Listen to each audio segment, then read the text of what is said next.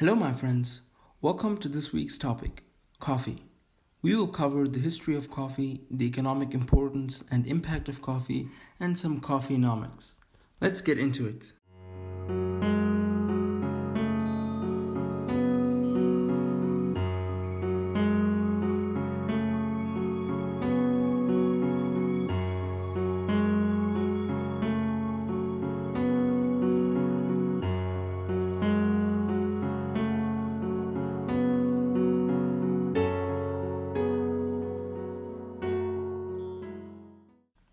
Coffee was first discovered in Ethiopia in 800 AD.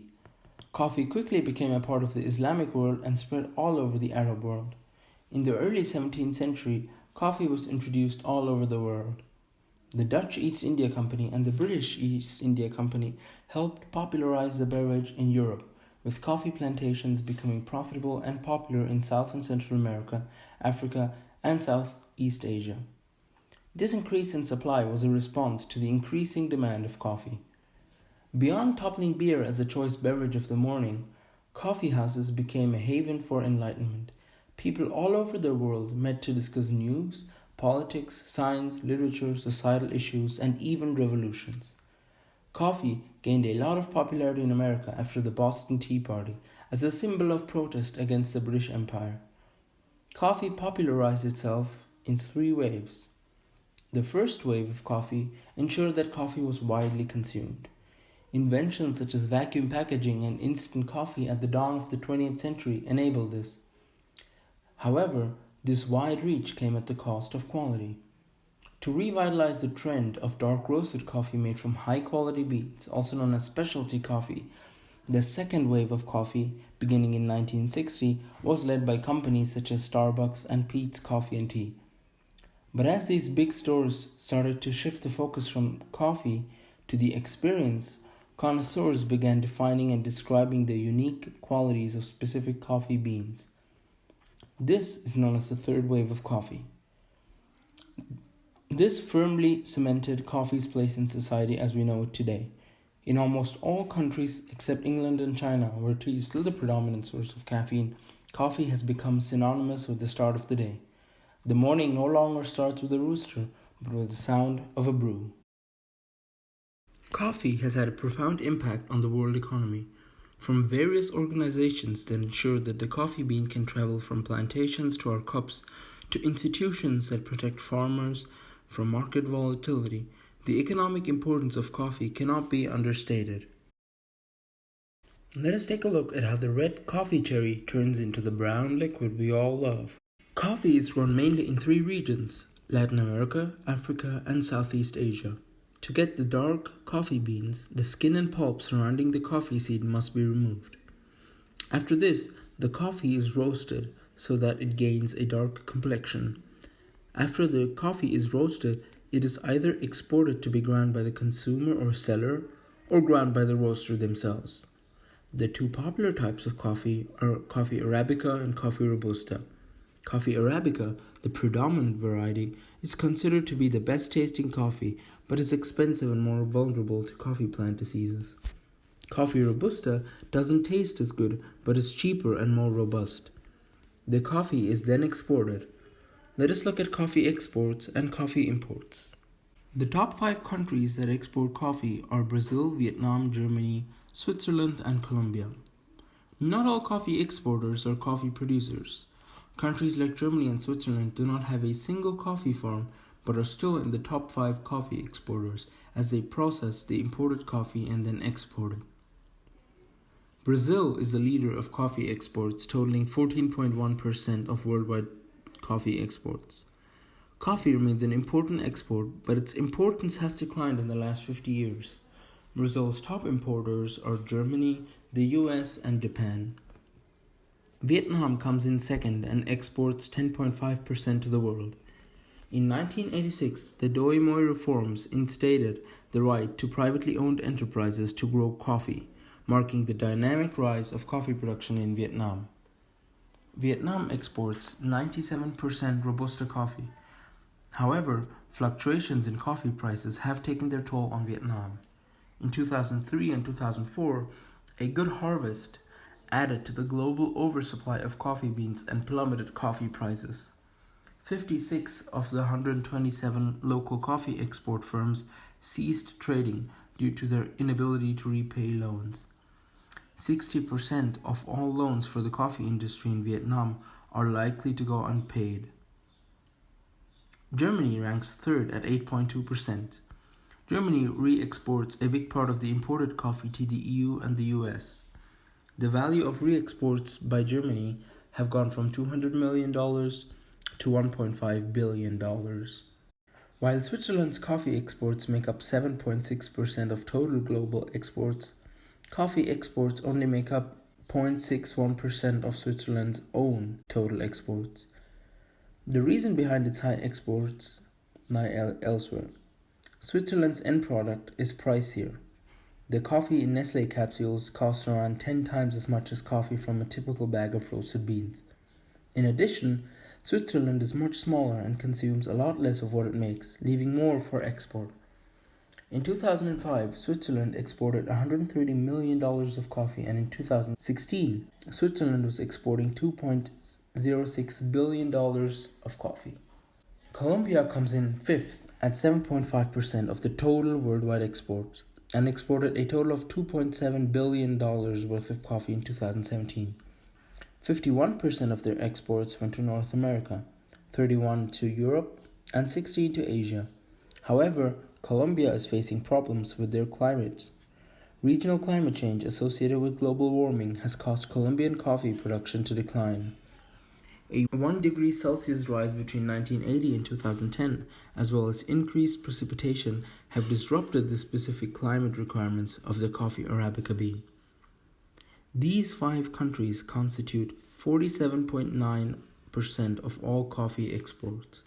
In fact, the top 15 countries account for 79% of coffee exports. Now let us take a look at where this coffee is being exported and who is consuming it. The world's biggest importer of coffee is the US at 20%. In 2017, the US imported $6 billion worth of coffee. It imports 40% of its coffee from South America, 32% from North America, 15% from Asia, and 7.9% from Europe. The world's second biggest coffee importer is Germany at 11%. In 2017, Germany imported $3.5 billion worth of coffee.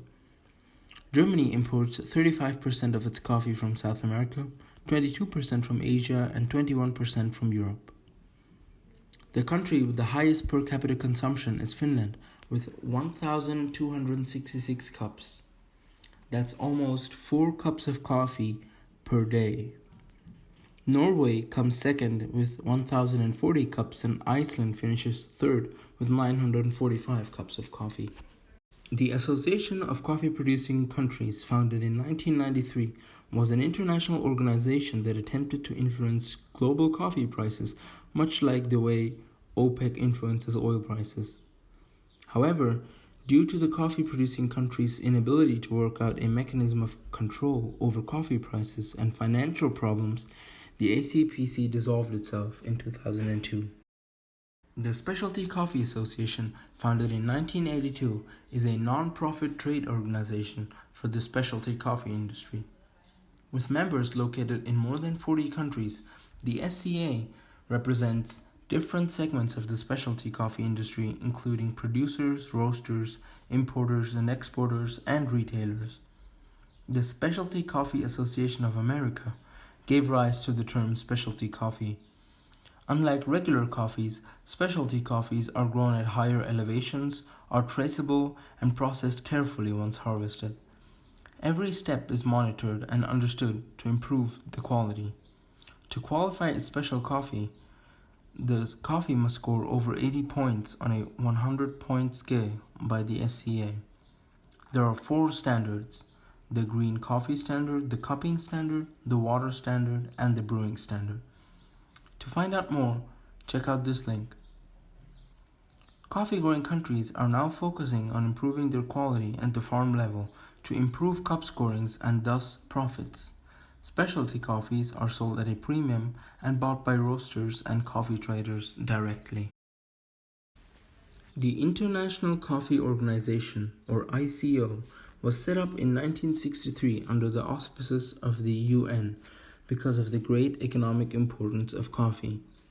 The International Coffee Council is the highest authority of the ICO and is composed of representatives of each member government. It administers the International Coffee Agreement, which is an international commodity agreement between 44 producing countries and 6 importing countries. It is aimed at maintaining exporting countries' quotas and keeping coffee prices high and stable in the market.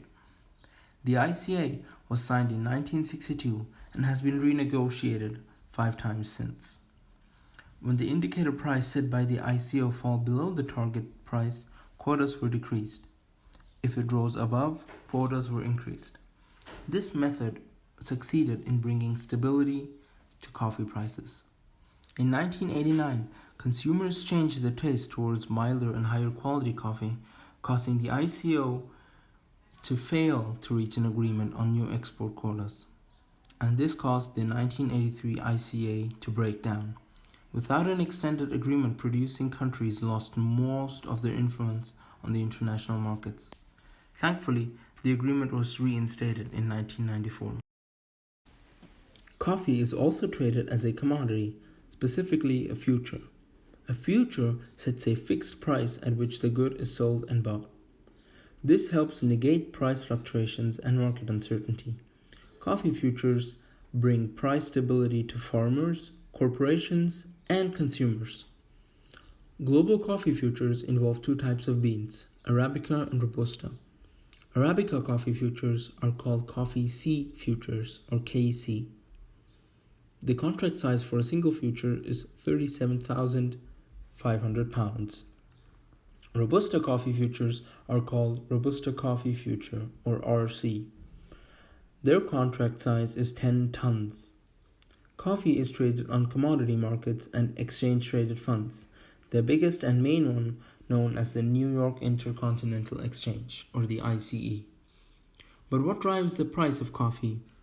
Major price drivers include geopolitics, climate, discretionary income, transportation and oil prices, and health issues. Any disruption to the supply chain can cause price spikes.